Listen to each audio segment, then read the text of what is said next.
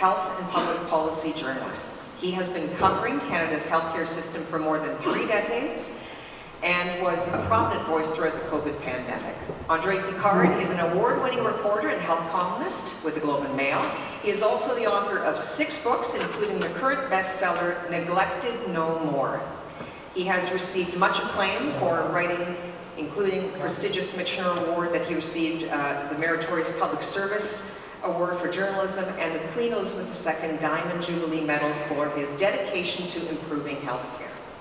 Andre is a graduate of the University of Ottawa and Carleton University and has received honorary doctorates from 7 Canadian universities, including UBC and the University of Toronto.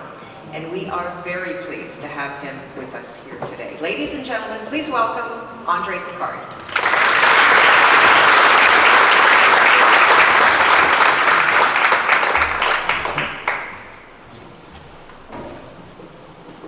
Now, you may have heard that the Canadian healthcare system is in crisis, that it's collapsing.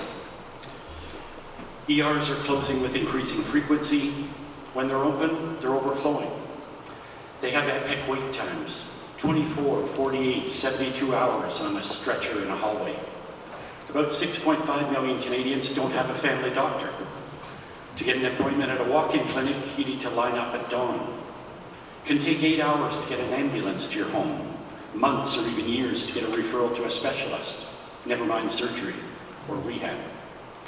Drug shortages have become routine. Doctors are burning out and closing their practices. Nurses are leaving in droves. Care aides are jumping at the opportunity for better work at Tim Hortons. Long-term care homes have become killing fields. So too have our city streets as the toxic drug crisis continues to grow worse. As access diminishes, costs continue to soar. Oh, and we still use fax machines. There is indeed a crisis in Canadian healthcare, a long simmering one that's boiling over in the pandemic era. And this isn't unique to Canada, although we do have our unique challenges. Pretty grim stuff, right? But paradoxically, the overarching message I want to deliver this morning is an optimistic one. Because Lord knows in these dark times, we could use a little glimmer of hope. For far too long, our answer to problems in the health system has been to do more of the same, to spend more, implement small changes, band-aids. What's changed, and what makes me hopeful, is that I think we've finally reached a tipping point, a point where we're ready to act on a grander scale, to finally innovate. Even more importantly, I think there's now a much greater recognition that we can't fix anything in isolation or without good research. From primary care to emergency care to rehab to elder care and palliative care, it's all connected, or at least it should be. Emergency rooms are getting a lot of attention these days, but the solution to the crisis in ERs lies principally outside ERs. It's about flow, input and output, and planning. We should start thinking about rehab the moment a patient enters an emergency room. That's the way we'll fix our system. Once we start in earnest to address fundamental structural reforms, the dominoes should tumble. Now, all this to say, what I want to talk about today is how did we get to this point where the system is lurching from crisis to crisis? And how are we going to break this vicious cycle of despair? Now, as you heard in the intro, I've been a journalist for more than 40 years now, most of that time covering healthcare. And I can tell you one thing, despite all our belly aching, healthcare is way better than it was 40 years ago. Medicine has improved dramatically. The changes in neuroscience and spinal cord injury, for example, have been mind-boggling. People who had no hope have a lot of hope today, thanks to your work. Our approach to health is also way more sophisticated. People are increasingly realizing that what they want is not just sickness care, but health and wellness. When I hear people longing for the good old days, I'm pretty sure they weren't there. But the challenges we face are much greater today than they were 40 years ago. Our expectations are much greater. And that's where the gap lies. Expectations are increasing faster than our ability to meet them. And honestly, that's not a bad problem to have. It's a challenge we should relish and embrace. Now, when I began, I presented some pretty humbling anecdotes about the state of healthcare. But overall, Canadian healthcare is not near as bad as we think. The reality is we deliver great healthcare in this country if you're in the right place at the right time. It's lack of access that's most problematic, and we struggle with equity too. And you know this because you work in a field with a lot of people with disability. Now, don't get me wrong, there are many problems and challenges, but most of those are structural and administrative in nature. I don't think we have any medicine problems in Canada. We have structural problems. More importantly, though, all our problems are solvable. I spend my life at conferences, and I know that when you hear a talk, you're lucky if you remember even one thing the speaker said. So if you do remember one thing I say, let it be this: everything is fixable. That's where the hope lies. In fact, every problem we have in Canadian healthcare has been fixed at least 10 times in a pilot project. I'm sure you've had a few in your institutions. What we need to do, though, is stop this habit of serial, small-scale, piecemeal innovation and innovate on a larger scale. So that's what I want to talk about this morning. How did we get here? What are the current challenges, and what opportunities lie ahead? I'm going to speak specifically about the Canadian system, but much of what I say applies to other countries to varying degrees. In other words, I want to talk about the past, the present, and the future of Medicare. And as I said, I'm not going to talk about rehab or spinal cord injury or neurological disorders in any detail. You have the expertise there, I don't. I'm more of a systems policy geek. And my goal here is to give you a better understanding of the health system and political environment writ large, so you can figure out where you fit in, and where you want to be or not be as we modernize our health system. So let me start with a little bit of history. The publicly funded insurance program we call Medicare was born just after the Second World War, as many health systems around the world were, during the baby boom, not coincidentally. Today it's challenged by caring for the aging baby boomers, with their bad backs, their bad hips, their cognitive decline, and a host of other chronic health challenges. And I can say this because I'm part of this group. For the first time in history, Canada is home to more people over the age of 65 than under the age of 15. By 2050, there will be 50% more seniors than children in this country. That's what we mean by an aging society. Now, some people think this is a demographic catastrophe, a gray tsunami. Personally, I hate that language. I think the aging of society is a triumph of medicine and social policy. Again, thanks to much of your work. Aging is something we should be celebrating, not bemoaning. It's certainly better than the alternative. But our health system needs to adapt to the new reality. The health system we have today is not aged near as well as the population. The structure for delivering and funding healthcare in Canada was fashioned in the late 1950s and early 1960s, and it's actually changed very little since then. Meanwhile, the world, from medicine to demographics, has changed a lot. So have the needs and the wants of patients. In 1957, when Medicare was born, Canada was a young country. Average age, 27. Life expectancy, 67. And the health system delivered little other than hospital-based care for acute physical problems. At the time, people were making babies, lots of babies. They were also smoking a lot and dying of heart attacks.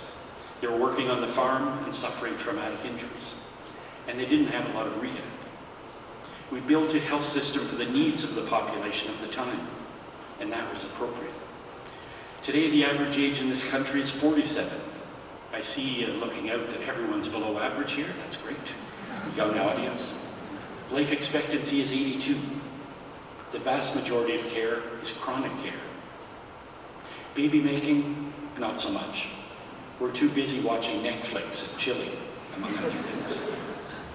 Not to mention not even being able to afford homes to grow those babies in.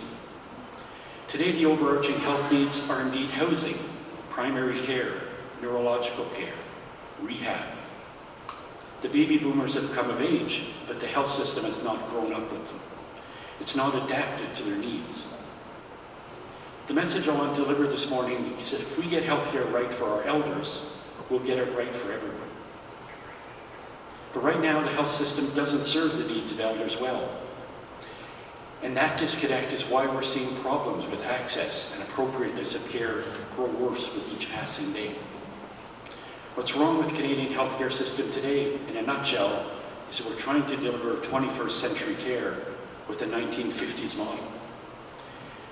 We need a heavy dose of innovation in every sector, including yours. So let me talk a bit about the state of Canadian healthcare today. I started giving you some anecdotes at the beginning, but the system, for as long as I can remember, has lurched from crisis to crisis. But we got by. We always comforted ourselves by saying things like, hey, it's free. We don't need our credit cards to pay in Canada, so it's okay if we wait. We spend a lot of time queuing, but our access is not inequitable like it is for Americans. So we made excuses. We failed to act. Now we have to stop comparing ourselves to the US because it's a country that doesn't even have a health system. We have to start comparing ourselves to countries that do much better than us, mostly in Europe and Scandinavia. That's a lot less flattering. Now the pandemic didn't break healthcare. It was already broken. But COVID-19 brutally exposed the long-standing weaknesses in Canadian healthcare and elsewhere in the world. The cracks that existed became chasms. Now, as I've mentioned, the problems we have are largely systemic. So that's what we have to focus on, fixing the system. So where do we start? Some days it can feel overwhelming. There's so much to do. How can we possibly fix it? But if there's one thing Canada does better than any country in the world, it's study the shortcomings of our health system. Since the advent of Medicare, there have been dozens upon dozens of high-level government-sponsored reports written about the need to reform Medicare. And every one of them has featured a long list of recommendations. Unfortunately, very few of those get implemented. But I'm going to tell you a secret. I've read most of these reports going back, right back to the Hull report in 1964. The first report about reforming Medicare came 2 years before it was fully implemented. We knew that we had to do more stuff before we even got started. But my secret I'll share with you today is this. All of these reports say more or less the same thing. They all focus on 5 big problem areas. And I want to share those with you this morning. Number 1 is always primary care. The foundation of every good health system is primary care. But in Canada, that's the weakest part of our system. As I mentioned earlier, there are 6.5 million Canadians without a primary care provider. When you build on a shaky foundation, everything risks crumbling. And that's what we're seeing today in the real world. We don't have people to provide the basics. We don't have help navigating the system. And people get sicker and sicker before they get treated. It's a losing equation. Number 2, every report for the past 60, 70 years has talked about community care, the need to treat people where they live, not only in warehouse-style institutions like hospitals and nursing homes. Given the complexity of care, we also need to focus on interdisciplinary care, creating healthcare teams that include everyone from physicians to physiotherapists to social workers. Continuity and follow-up care matter too. Our system is too siloed. People fall between the cracks at every instance. And you see that probably in rehab more than anywhere else. Number 3, since day one, we've talked about the need to extend universal coverage to prescription drugs. There's been a lot of chatter about this over the last 60 years, and finally we're seeing a little bit of action, but it's still baby steps. Recently, the federal government unveiled a pharmacare plan that will fund diabetes drugs and contraceptives. That's a start, but it's something we should have done decades ago. Number 4, every report has talked about the need to focus on the social determinants of health, to invest in prevention efforts, particularly for socially disadvantaged and marginalized groups, such as our Indigenous peoples. But above all, we have to stop pretending that health is merely a medical issue. A decent income, a roof over our heads, nutritious food, a good education, a sense of belonging. These are the things that really matter to our health. Yet 95% of our health spending is on sickness care, and only 5% goes to prevention. And number 5, human resources. Health should be a hands-on, people-centered business. But we have to make sure we have the right mix of health workers and a good work environment. Staffing is without a doubt the #1 challenge in healthcare today. We hear it about a lot, and we're going to hear a lot more about it in the days to come. We have to do better at recruitment, but mostly at retention. We have so many talented health workers who are just leaving because they're burned out, fed up. The only way to fix the system is to fix the workplace. As sociologist Pat Armstrong famously said, the conditions of work are the conditions of care. Doctors and nurses are overwhelmed. We can't produce new ones fast enough, so we have to hang on to those we have. We have to do a lot more healthcare delivery with interdisciplinary teams to take the burden off doctors and nurses. We need all health professionals to work to their full scope of practice. In an aging population, what's more common than neurological issues? In an active population, musculoskeletal issues are commonplace. These are things you know well. So how do we provide timely, effective care to patients? That's ultimately what matters, not the letters between people's names, after people's names. We need to make much more better use of all our health care providers. Now, before I turn to the future, I want to tackle one other topic, money. Because you can't talk about healthcare without talking about money. It gobbles up almost 45% of every provincial budget, so it's going to be top of mind. Now, Canada is one of the biggest spenders on sickness care in the world. Last year, we spent $344 billion. That's roughly $8,700 per capita. Countries that do a much better job of delivering care than we do, I think of countries I visited recently like Denmark or the Netherlands, don't spend more money than we do. In fact, they spend less. The worst part of Canada's spending is that we get little value for money. We're obsessed with costs rather than results. We also have the least universal healthcare system in the world. And I always ask people to ponder those words when I say them. The least universal healthcare system in the world. What do I mean by that? Our Medicare system covers 100% of hospital and physician care, just like it's done since 1966. But there are other services covered publicly, but they're piecemeal. There's often no rhyme or reason to why. We cover a fraction of services outside of hospitals, about half of prescription drug costs, 40% of home care and long-term care, 6% of dental care, and so on. Now, the Canadian standard is that, quote, no one should be denied essential care because of an inability to pay, close quote. Now, that's a great philosophy. It's a great law. The problem is that our de facto definition of essential is physician and hospital care. The result is that while our system is universal, it's inequitable. We have a public health insurance program that covers everyone, but it covers them all badly. What most European and Nordic countries do is cover about 80 to 85% of all health services across the board, from dental care to hospital care, through to rehab and palliative care. And the balance is topped up with private insurance. But the lines are clearly drawn. European and Nordic health systems are better not because they have an element of private care, they're better because they're more equitable and transparent. So now I'm finally going to get around to talking about the future. What will Medicare look like in 25 or 50 years? I'm not sure exactly, but to do so I want to look at two of the big trends in healthcare today, trends that are going to affect your work and your patients. Those are consumerism and technological disruption. Perhaps it's more accurate to describe what's coming is a revolution in healthcare, but I'm not prone to hyperbole. So let's start with the technology piece of the puzzle. AI is coming quickly, and it's mind-blowing. You know this. Medicine will never be the same, and that's not a bad thing. Now, during COVID, we saw a cautious embrace of technology, a dramatic rise in the use of telemedicine. Prior to the pandemic, about 1% of medical visits were virtual. During the pandemic, that number rose past 50% overall, and in some institutions as high as 90%. People like dealing with minor health problems on the phone or online. They can avoid long drives, long waits, and parking costs.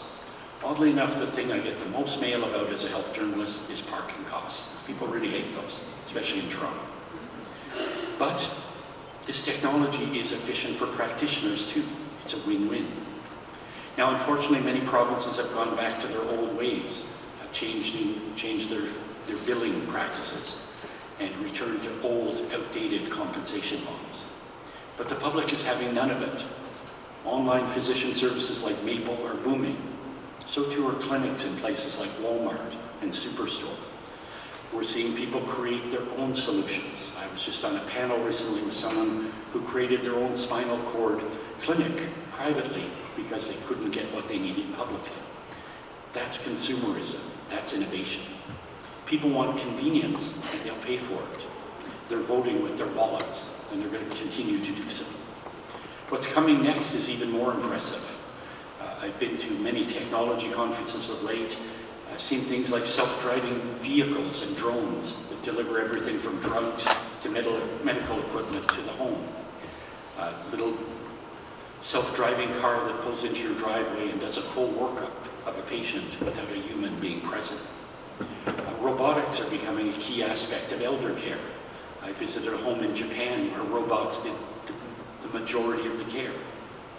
Assistive devices can level the playing field for people with disabilities, make them full citizens again. Now, some of this technology will also be on our wearables and phones. Now, healthcare is very labor intensive. Technology is going to replace some people. And that's not a bad thing because we do have shortages. But done right, technology should really free up health workers from routine tasks and allow them to actually spend more time with people. That's its true gift. In our increasingly impersonal world, people are longing for the human touch. That's something that's particularly important in your field. Right now, physicians and nurses and other health professionals spend a lot of time inputting information from patient conversations. Transcription software and AI technology is evolving so quickly that these conversations can now be summarized into medical records automatically. I recently went and did a test of an AI scribe program that did exactly that. You just sit down and actually talk to the patient, look at them in the eyes, and the AI program does the rest. Data. Data is increasingly the most precious resource we have in healthcare, the new gold, and it will continue to be so in the age of AI. The day is not far off when every child will have their genome decoded at birth and downloaded on their phone. Now, as important as genomics will be socionomics, an analysis of the impact of your socioeconomic environment on your health. Hopefully we'll also embrace prevention in this area and recognize the real benefits of investing in education and housing and income supports. Shifting resources upstream doesn't have to be about compassion. It can actually be a dry cost-benefit analysis. Data can also help move us away from sickness care to a true healthcare system. Now, AI is still in its infancy, but it's going to change medicine fundamentally. AI allows the continuous collection of data that can be used in a constant feedback loop to improve care. But if we want to have that, we need better technology in Canada. We need interoperability of our systems, and we have to get rid of fax machines. The reality today is that a lot of drugs only work about half the time, and we're not sure why. Similarly, surgery outcomes can vary dramatically between patients. Again, it's not clear why. Big data can help us parse out these differences and learn from them and improve care. Now, all these technological advances I've mentioned are driving personalized medicine. Right now, we have a very industrial model of medicine and healthcare. Increasingly, it's going to be about an N of one. Now, that's going to be a massive challenge for Medicare. It's an insurance program for the masses. Health insurance for individuals is a very different beast. But the real revolution coming in healthcare is the consumer revolution. Right now, healthcare delivery revolves around buildings, hospitals, clinics, nursing homes, places people go to queue up for services. In the era of digitized, personalized medicine, healthcare has to be built around people, bring the care to them, not forcing them to come to care. The work-at-home revolution is going to fuel the care-at-home revolution. With the aging of the population, Shifting care to the community is especially important.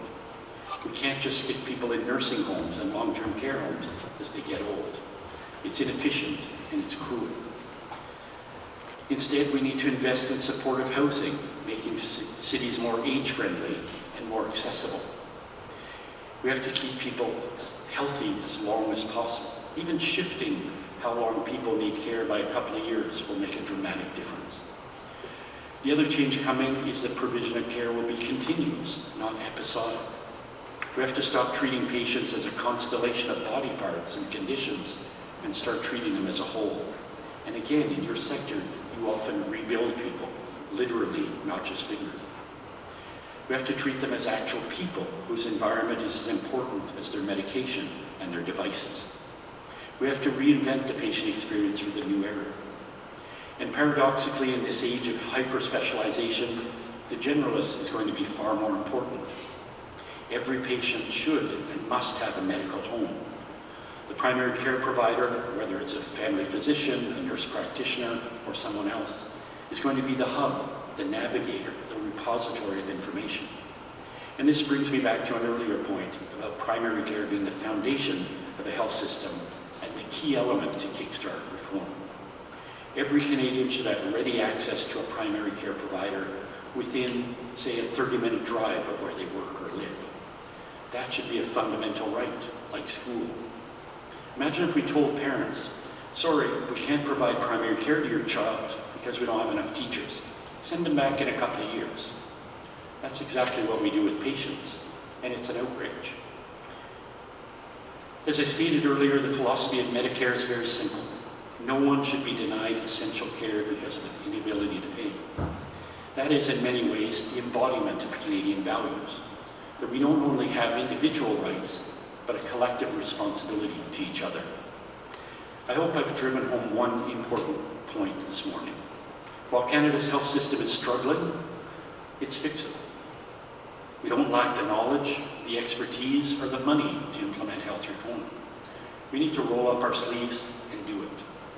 This is no time for cynicism, nor for nihilism. After years of pandemic living, people want some hope. And as I said, I'm not only hopeful that Medicare can be fixed, but it can be reinvented for the digital age.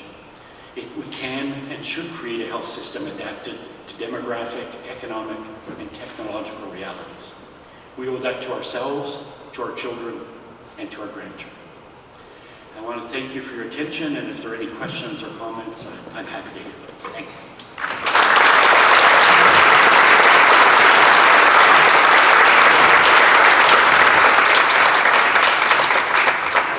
Told me there's some mics roving around, so anybody who wants to fire away. I can't really see, so just talk if you're at one.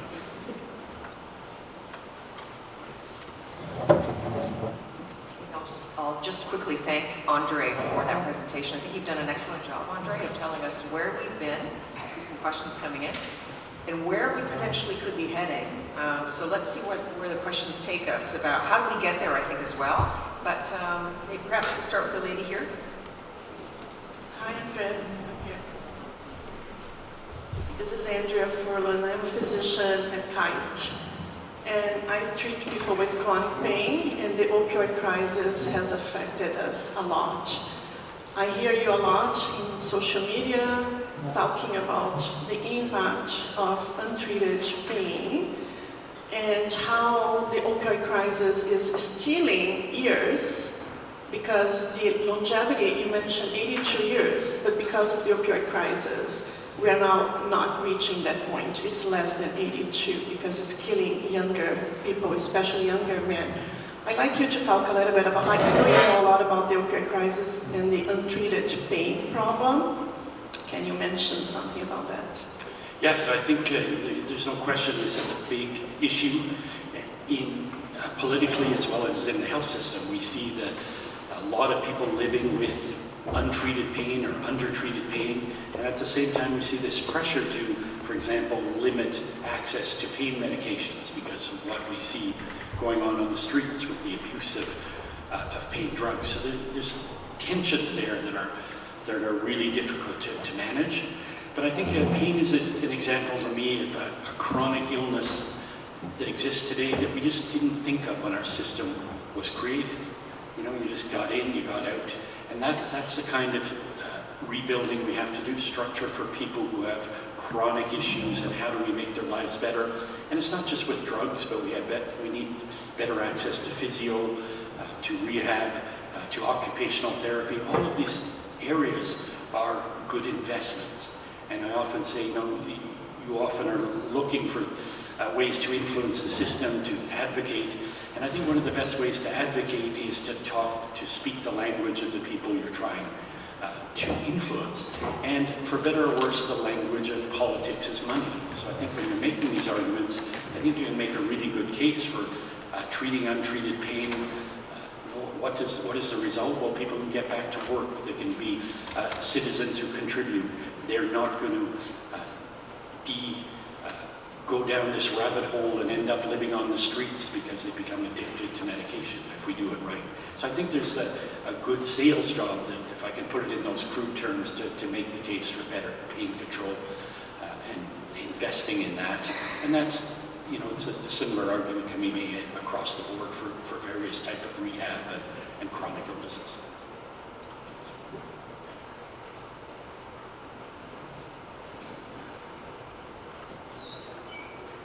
Good morning. Thank you for sharing your insight with us. I just wonder how do you see the role of immigrants? As you know, in Canada, we take thousands of immigrants every year. And how do you see that the government can help the healthcare professionals that come to the country to join the system faster, facilitate them so that the Canadians can actually benefit from more healthcare personals? Thank you.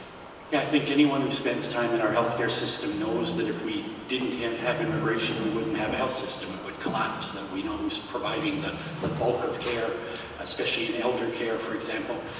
I think we have to speed up the recognition of credentials. We have to make sure people have proper credentialing, but you know, there's a lot of protectionism in our system that's keeping people out of the jobs that they can do. Everyone knows a story of a taxi driver who's a doctor. You know, this is a quintessentially Canadian story, but also quintessentially Canadian tragedy. We have to be able to have people working to use their skills to the best. Canada is a country of immigrants, and we're not allowing them to integrate in a proper way. So I think it's a really essential. We saw that, I think, especially during COVID. I was in Quebec for part of COVID, and you know, they had the guardian angels, the healthcare workers. Nobody else showed up for work. They were the ones who did the care, and they were rewarded with, you know, fast tracking of citizenship. And that's the kind of creative politics we need more of. But you know, I think that it's just essential. Now, there's the flip side of this, of course, if you read the news, is we have to, if we're going to have large immigration, which we do, we have to ensure that the services are there, housing, health services. We have to build a country for the people we have, and we're not doing that. I think that's where the failure of immigration is. It's not having people come in, it's not having, not being ready for them. You know, not creating a system that can integrate them easily. Thanks. Thank you very much. Very inspiring 30 minutes. I'm Paul Sonter. I'm director for the Tamariki Faculty of Medicine's Commercial Accelerator. Just came back from Ghana last week. We are helping build 8 commercial accelerators across the continent. I watch their approach to preventative medicine, and for them it has become a high priority because of limited finances and whatnot. They have clued into the fact that if they prevent, they spend whatever they have left on the big things. What are we waiting for in Canada, from your perspective, to shift from 5% 95 to flip it right over? I mean, or even 50-50. Are we waiting for the crisis? Are we waiting to become a developed country from the perspective of healthcare, poverty? From your perspective, what are we waiting for? And what do we need to do to encourage our leaders, both in the medical profession and at the political level, to get it in their heads that we will have more money for chronic emergency care if we spend more on preventive. Yeah, I think the issue is largely a political one. You know, it's easy to cut a ribbon on a new hospital or a nursing home, but it's hard to pitch prevention, something that's going to give benefits 5 or 10 years down the road. So I think we have to break out of this short-term cycle. I think ultimately the answer is to do what many other Western countries do, is to have more independence of the health system from the politics. One of the worst problems in Canada is the micromanagement of the system. So I think we can learn a lot from developing countries. Countries like Rwanda, for example, have an amazing health system. They have way better health records than us. They use I was there not too long ago. They have drones that deliver their drugs all over the country. A blood supply that's all done automatically. They have amazing thought leadership and innovation, and they do it because they don't have enough money. I think one of our biggest problems is we're kind of a bit too rich for our own good. For the longest time, this is what we do. We just throw money at problems. Someone who's done this for a long time, that's my biggest frustration. If something doesn't work in Canada, what do? Well, we do more of it. Say, well, let's just pile more money in instead of doing it differently. So we really have to embrace that innovation that, again, is happening in the developing world, and they often skip a generation, right? They skipped the home phone and gone directly to the cell phone, and now they're skipping right to the AI. They don't fool around because they don't have these areas, that people are just tied to. We don't like to get rid of things. We don't never phase out things that don't work in Canada. So there's a lot we can learn, I think, from other countries. But I come back to the fundamental one is our politics. We've got to get the sticky little fingers of politicians out of the day-to-day healthcare and research. And unfortunately, I think we're seeing more of it these days rather than less. I think what's going on in Alberta, that direct intervention and we want to say in what's going to be researched, etc. That's very troubling. I see someone way at the back. Do you have a microphone? I do. Okay, great. I'm ready to sing karaoke for everybody. Good morning, and thank you for that presentation. I totally agree that the language of money and the language of advocating for our changing policies is what should drive. I would like your views on how, or if, we need to know more about how to stop ableism from continuing to exclude people with disabilities. The latest Statistics Canada said that 27% of Canadians 15 years and older identify with living with one or more disabilities. After 65, that percentage goes to over 40. So we're just getting older and disabled, and all of the research that we do doesn't necessarily include the experience of living with impairments, limitations, or disabilities. Ableism is in many forms, and one of them is in the budgets. When the budgets don't have a dedicated amount for accessibility, for deaf people, for people who have, they don't necessarily read the surveys that everybody sent them because they come in a format that is not readable by the computers for blind people. How is research could be better if we practice a fully inclusive, not just DDI, but a fully accessible type of research? Yeah, I think the most important lesson I learned writing about disability many years ago is that I view it sort of as an act of, everyone should be a full citizen. And if we deny people accessibility, etc., they're not full citizens. So that should be the aim. The aim should be inclusion. It should be everyone living up to their potential. Not everyone has the same potential, but if everyone lives up to their potential, then we have an equitable society. We need social programs. I think the Canada Disability Benefit, which I've been writing about for many years, is a grave disappointment. It's really sad what the government has done, especially based on what it promised. We have to do a lot more. When we do research, we have to make sure that a wide variety of people are included, not just the ones that are going to give you the best results. So there's a lot of elements that have to happen. But again, as I said, I want to deliver a hopeful message because I think we need it. I think our treatment of people with disabilities, inclusion, accessibility is getting way better. Not as good as it should be, but we've made enormous progress. I see things like the Access Now app. I see young people innovating. They have an app that will tell you when a business is accessible. When it isn't, people boycott it. This is changing things. This is the consumer revolution, and I think we're seeing it in the disability community as strongly as anywhere. And that's what's going to drive change, is people's voice being heard. On the elder disability front, I think a very simple thing, again, I mentioned before I was just in Denmark, I think an important thing is just people being seen in society. I think we should, I had 2 parents with dementia, they were hidden away in institutions. I think we should see people with dementia every day in our lives. That's the way to normalize things, to integrate, to make sure they get care.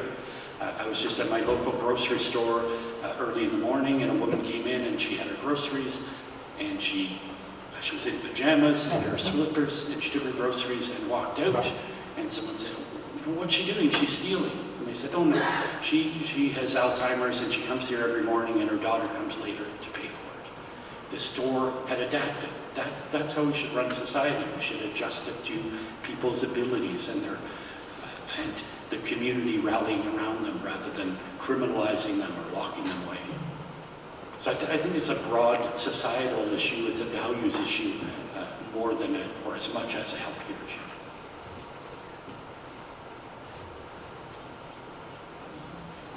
I think we'll leave it there. Thank you so much for those of you who put questions to Andre.